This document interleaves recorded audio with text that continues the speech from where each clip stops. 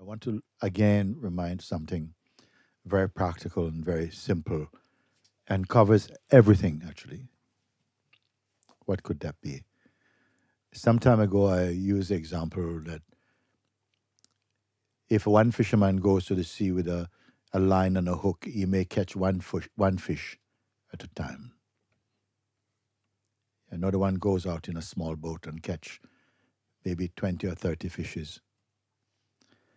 Another one goes into like a trawler and catch thousands of fishes.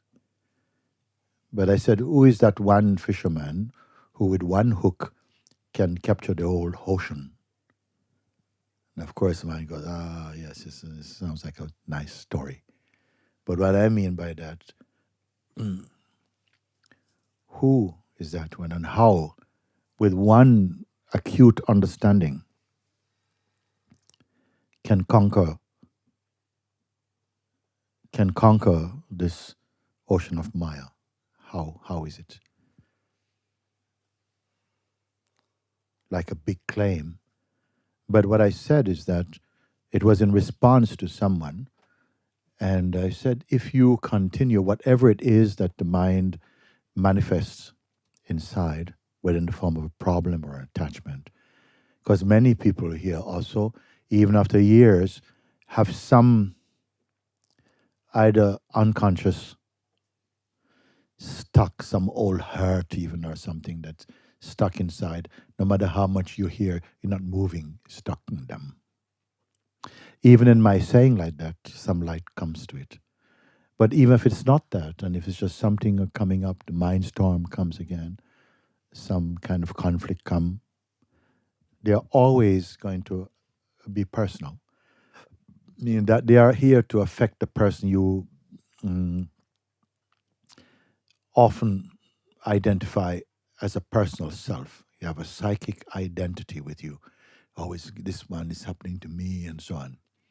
And what I said to you is this, that whatever it is, rather than trying to control your situation, which means, of course, you're identified with it, or even to ignore it, which still means you're identified with it, trying to do something, but let it happen and know that without the awareness, nothing can manifest, good or bad, high or low, inner or outer.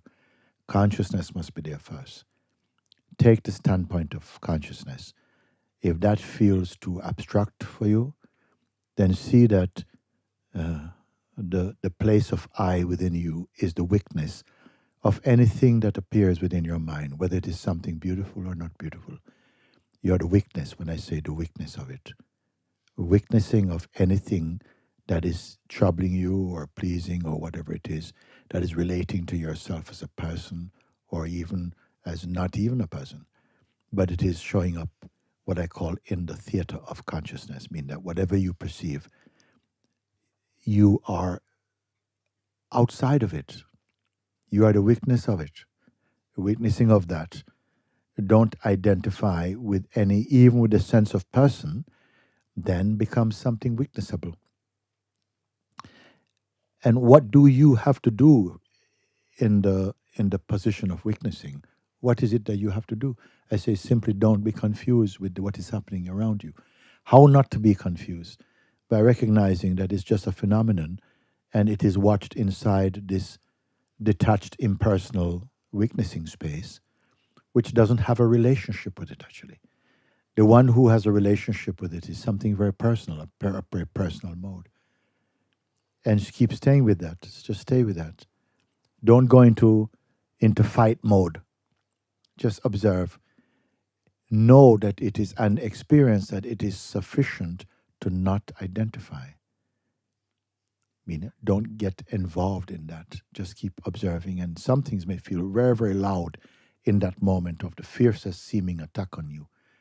But as you stay like this, gradually, you'll see that the thing that was throbbing start to ease away. Like it's not catching, it's not sticking, because you've removed the magnet.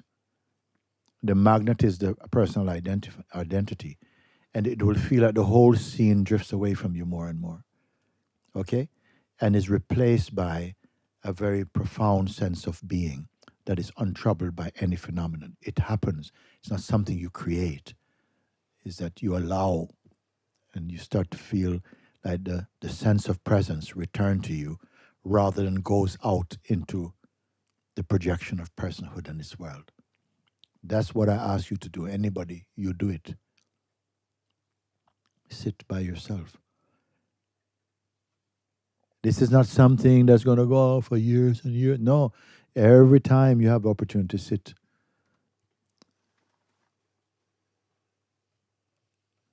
step aside and just rest with it. Or something you may have heard me say, stay with it and recognize this is heard, this direction is given, but somehow the place of witnessing is impersonal and is not on a journey. The witness is not on a journey to somewhere. Don't tell yourself that just in words. Recognize that. Get used to that stillness, that unchanging place.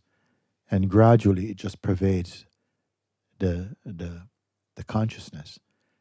So that even when you are seemingly unconscious about what's happening, the prevailing background is the presence. It comes like this, more and more. See, if you follow this already, the fruit is so powerful. And whatever you hear me say is feeding that presence. What's feeding the presence? Absorbing it into the God reality. Absorbing.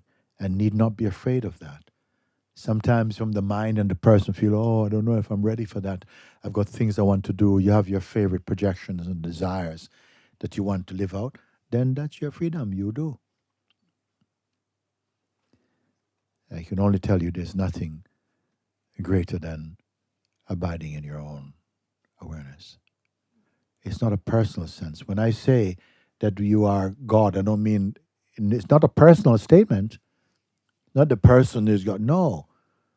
But that what you are in essence is the oneness. If you don't see God merely as an entity, if you see God as an entity, it creates through the mind, is some person, something. It also manifests as that. Of course, He manifests as that. It manifests as you. Yes. It manifests as the Lord of the universe in some form. Okay. But that's a manifestation.